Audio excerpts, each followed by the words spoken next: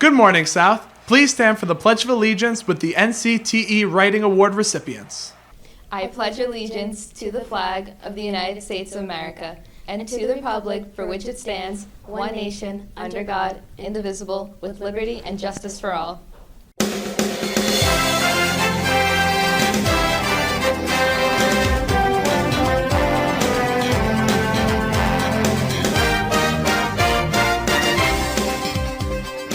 We'll hear more from Asha and Meyer later in the show. Good morning once again, and welcome to the Falcon Report for this Friday, the 10th of May, a day one. I'm Zachary Dyer. And I'm Christian Dyer. After months of watching its construction process, South officially opened its new turf softball field this Wednesday. Joining us from the ribbon-cutting ceremony is Aiden Ashby with a field report. Play ball! The softball team is in action against Uniondale after the official grand opening of its brand new home. The ceremony began at 4:30 with the national anthem sung by Tatiana Rossello.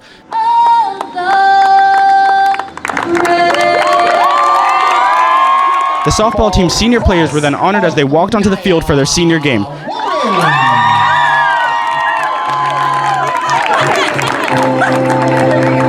Mr. Swinson took to the mic to give special thanks to the Board of Education and District Administration for their hard work in getting this beautiful field. Then they officially opened it along with the softball team by cutting a ceremonious ribbon. This field has been over 2 years in the making.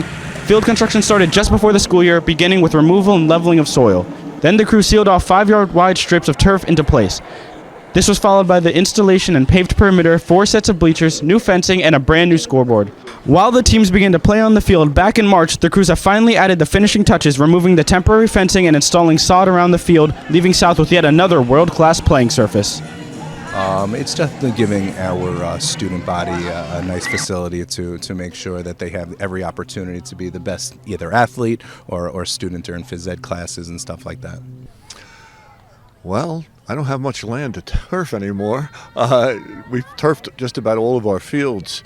We just want to continually improve. We're doing a lot of improvements inside the building. We have new lockers coming. The hallways will be refurbished. We're modernizing our facilities, and we continue to do so. Well, I can't wait to see what they turf next. For the Falcon Report, I'm Aiden Ashby. This past Saturday, dedicated Key Club members embarked on a sweeping journey to the Valley Stream State Park. Spirits were high as they received their complimentary shirts, a symbol of unity and purpose.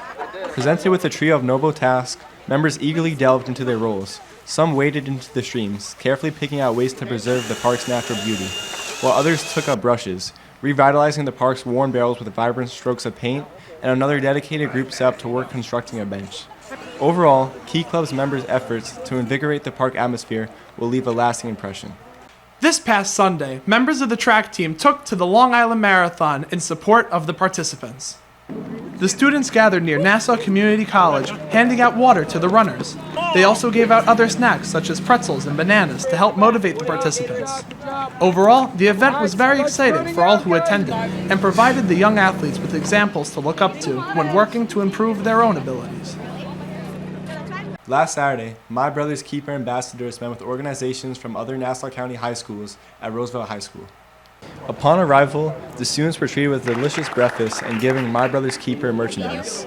They listened to several key speakers who discussed how the program is beneficial for young men of color. It is the coming together. Many people would like to have this. The attendees then participated in various workshops where they were given advice about the future in college. All in all, the conference was a great opportunity for attendees to connect with others and obtain invaluable guidance. The National Council of Teachers of English recognizes outstanding high school writers every year.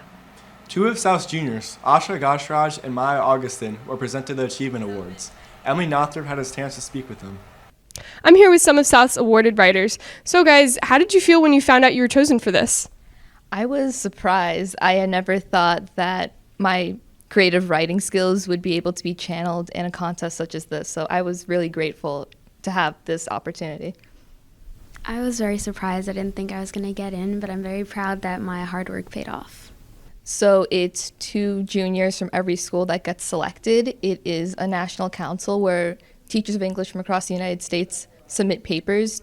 So what did you guys both write about? I focused on my ethnic background and how I am from a variety of different countries and a mix of cultures, and I tried to include my personality as well. I actually wrote about my divorced parents and how both of their identities helped shape mine, as well as how religion changed my perspective on the world. So can you tell us a bit about why you like writing, and or if you have any advice for other aspiring writers? Yeah, writing is my creative outlet to just express my ideas into words on paper. Specifically, creatively writing is one of my favorite things to do because it kind of takes me away from the reality of the world into a world that I create. Something that I would tell any aspiring writers is that nothing is too much, nothing is too creative, and be original, be yourself. Wow, you guys are really amazing. Congratulations. Back to you in the studio. When the Falcon Report returns, we'll hear all about teacher appreciation. But first, a bird's eye view of the beautiful spring foliage. The Falcon Report will be right back.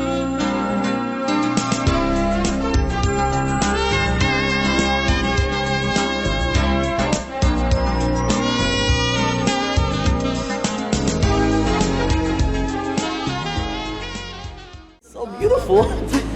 I love you forever. I remember when I gave birth to you 5 years ago. You are a miracle. Mom.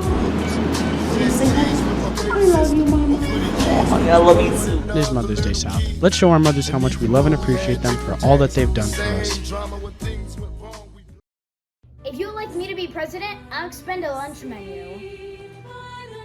No! I ain't gonna increase the amount of homework you get every day. Could you explain to them why that was absolutely disgusting? As president, I'm going to emphasize the student voices whenever I talk to Mr. Swinson. What the flip was that? What up, council? It's me, Big Tony. I will be defunding the music department. Oh my god! That is the most magnificent thing I've ever seen. Big Tony, you're gonna be president. You were the only one who filled out the candidate form. This week was Teacher Appreciation Week, where students from various clubs helped show their immense gratitude for the faculty members a part of South's community. On Monday, teachers were treated to a delicious breakfast to set off a day full of instruction and gathered once again on Wednesday for a special lunch as a reward for their hard work and dedication. Miss Casella, because she's a goat at math. Mr. C, because that's my goat. And Miss Butler, because that's the best English teacher out there. Shout out Miss Nicole for keeping the school safe and always being a nice person to talk to. I want to shout out Mr. Farrell and Mr. Machota. They made me enjoy a subject that I wasn't really good at.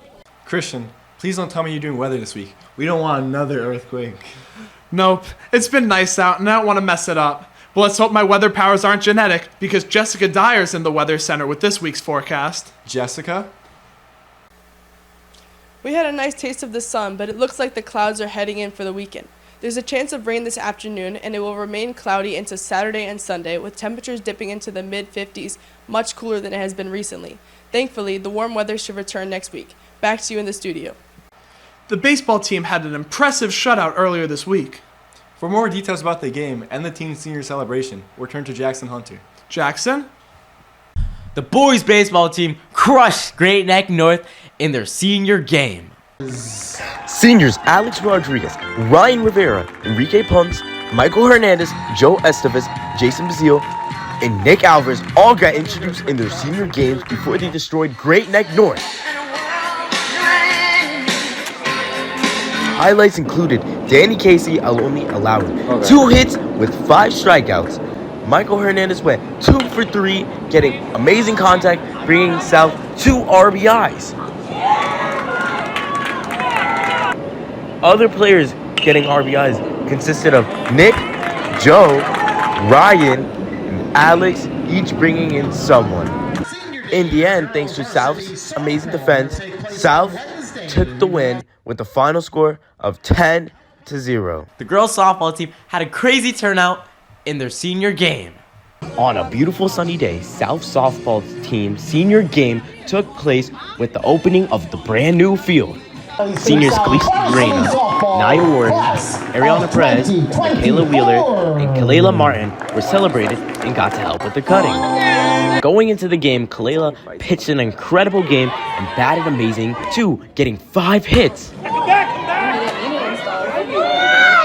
said it 3 times, I told him to stop. There were so many amazing plays at first where Ariana was there to get them. We even had the in the park home run. My bubble team membership card, so I get a free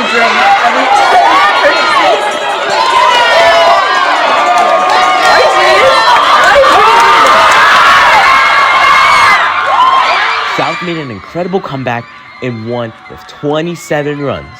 Amazing job. And that's sports. That's all for this edition of the Falcon Report. For Christian Dyer, I'm Zachary Dyer. Have a great weekend, Sal. Hey, Zach, I really like your suit. I like your suit too. You know, I'm trying to rock that quarantine casual. Me too!